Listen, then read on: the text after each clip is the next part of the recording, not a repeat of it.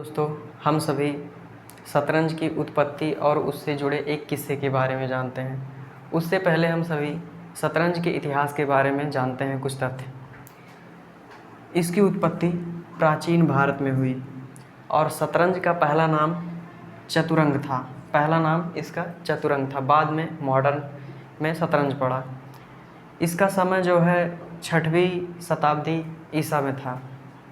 अब इससे जुड़े हम सब एक किस्से के बारे में जानते हैं जो हमें फाइनेंशियल सीख देती है।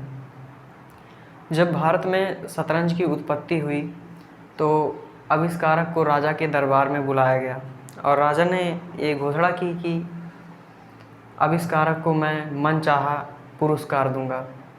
तो राजा ने आविष्कारक से पूछा कि तुम्हें क्या चाहिए। आविष्कारक वो कूटनीति गणितज्ञ था। उसने बोला, राजा साहब मुझे बस एक चावल का दाना चाहिए। राजा मुस्कुराया और राजा के साथ पूरा दरबार भी मुस्कुराया। आखिर ये आविष्कारक इतना रोमांचक गेम का आविष्कार किया है और एक चावल का दाना मांग रहा है। कहा ठीक है, लेकिन फिर आविष्कारक ने कहा, महाराज लेकिन एक शर्त है। एक चावल का दाना पहले खाने में 1 रहेगा, दूसरे में 2, तीसरे में 4, चौथे में 8 और ऐसे ऐसे करके लास्ट खाने तक चावल का दाना अपने पिछले खाने से दोगुना हो जाएगा।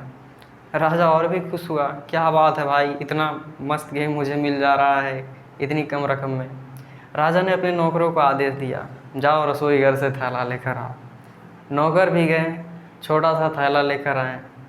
धीरे धीरे और अनाज लेते आए। जब वही चावल का एक दाना कई बोरियों में बदल गया और कई बोरियों से रसोई घर पूरी तरह से खाली हो गया, तो राज्यसभा में जो हंसी थी वो आह में बदल गई और राजा भी चिंतित हो गया जब उसके राजकोष का पूरा अनाज खत्म हो गया। उसके बाद राजा ने अपने राज्य के महान गणितज्ञों को बुलाया।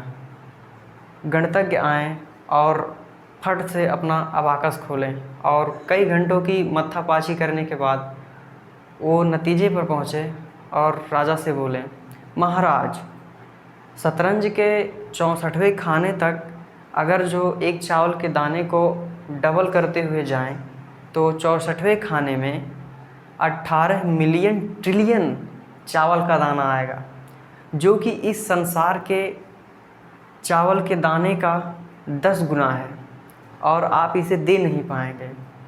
राजा चिंता में पड़ गया और राजा ने आविष्कारक को एक प्रस्ताव रखा कि यदि आविष्कारक राजा को अपने वचन से मुक्त करता है तो राजा आविष्कारक को अपने यहाँ एक भूमि का बहुत बड़ा भाग देगा जो कि उपजाऊ रहेगा। आविष्कारक भी खुश हो गया और राजा भी अपने वचन से मुक्त हो गया। तो दोस्तों, हमें इस कहानी से ये सीख मिलती है कि यदि समय के साथ छोटा सा छोटा निवेश किया जाए तो वह कुछ समय बाद बहुत बड़ी राशि बन जाती है, और यदि छोटे से छोटे कर्ज को ना दिया जाए तो वह भी बहुत बड़ा बोझ बन जाता है। इसलिए हमें इस कहानी से सीख लेना चाहिए और समय के साथ तुरंत निवेश करना चाहिए, नियमित करना चाहिए। जय हिंद।